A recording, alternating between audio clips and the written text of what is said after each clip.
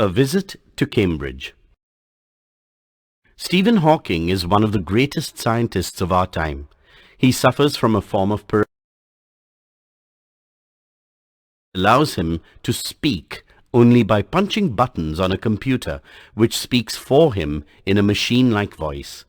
Firdaus Kanga is a writer and journalist who lives and works in Mumbai. Kanga was born with brittle bones that tended to break easily when he was a child. Like Hawking, Kanga moves around in a wheelchair. Cambridge was my metaphor for England, and it was strange that when I left, it had become altogether something else, because I had met Stephen Hawking there. It was on a walking tour through Cambridge that the guide mentioned Stephen Hawking. Poor man who is quite disabled now, though he is a worthy successor to Isaac Newton, whose chair he has at the university. I started, because I had quite forgotten that this most brilliant and completely paralyzed dystrophy astrophysicist, the author of A Brief History of Time, one of the biggest sellers ever, lived here. When the walking tour was done, I rushed to a phone booth and, almost tearing the cord so it could reach me outside, phoned Stephen Hawking's house. There was his assistant on the line, and I told him I had come in a wheelchair from India. Perhaps he thought I had propelled myself all the way to write about my travels in Britain. I had to see Professor Hawking. Even 10 minutes would do. "Half an hour," he said, "from 3:30 to 4. Suddenly I felt weak all over. Growing up disabled, you get fed up with people asking you to be brave, as if you have a courage account on which you are too lazy to draw a check. The only thing that makes you stronger is seeing somebody like you achieving something huge. Then you know how much is possible, and you reach out further than you ever thought you could."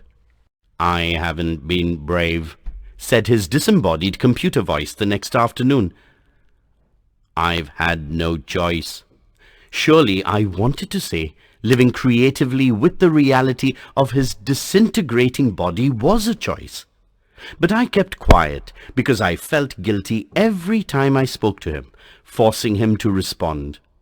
There he was, tapping at the little switch in his hand, trying to find the words on his computer, with the only bit of movement left to him, his long, pale fingers. Ever so often his eyes would shut in frustrated exhaustion. Sitting opposite him, I could feel his anguish, the mind buoyant with thoughts that came out in frozen phrases and sentences stiff as corpses. "A lot of people seem to think that disabled people are chronically unhappy," I said. "I know that's not true myself. Are you often laughing inside?" About 3 minutes later, he responded, "I find it amusing when people patronize me." "Do you find it annoying when someone like me comes and disturbs you in your work?" The answer flashed, "Yes." Then he smiled his one-way smile, and I knew, without being sentimental or silly, that I was looking at one of the most beautiful men in the world.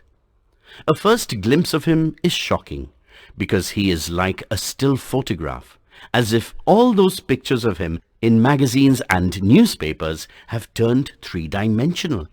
Then you see the head twisted sideways into a slump, the torso shrunk inside the pale blue shirt, the wasted legs.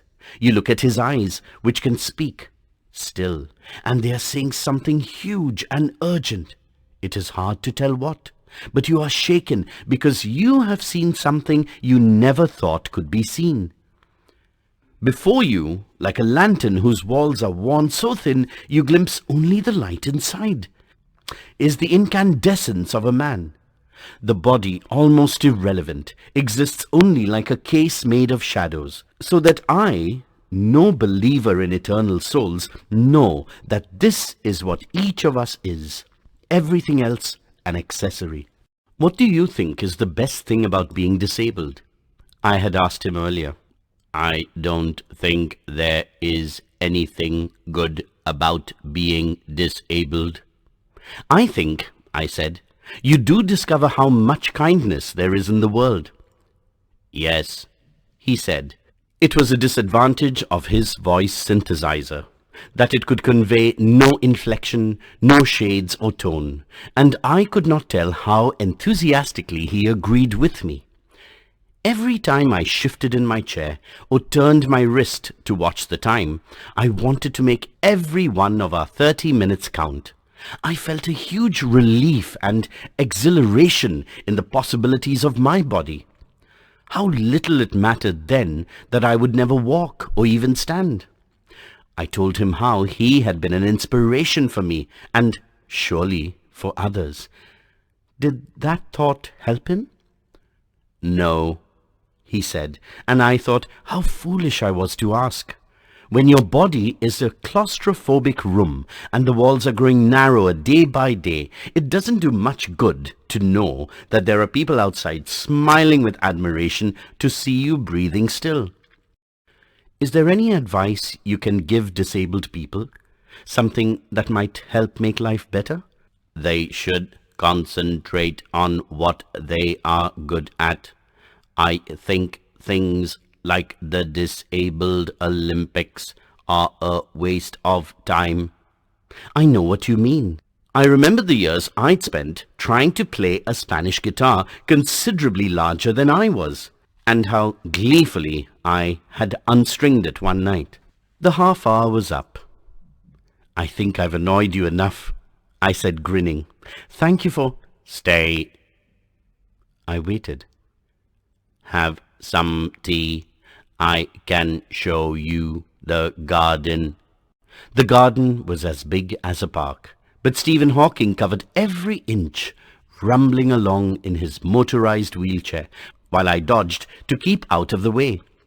We couldn't talk much. The sun made him silent, the letters on his screen disappearing in the glare. An hour later we were ready to leave. I didn't know what to do. I could not kiss him or cry. I touched his shoulder and wheeled out into the summer evening. I looked back, and I knew he was waving, though he wasn't. Watching him, an embodiment of my bravest self, the one I was moving towards, the one I had believed in for so many years, alone, I knew that my journey was over, for now.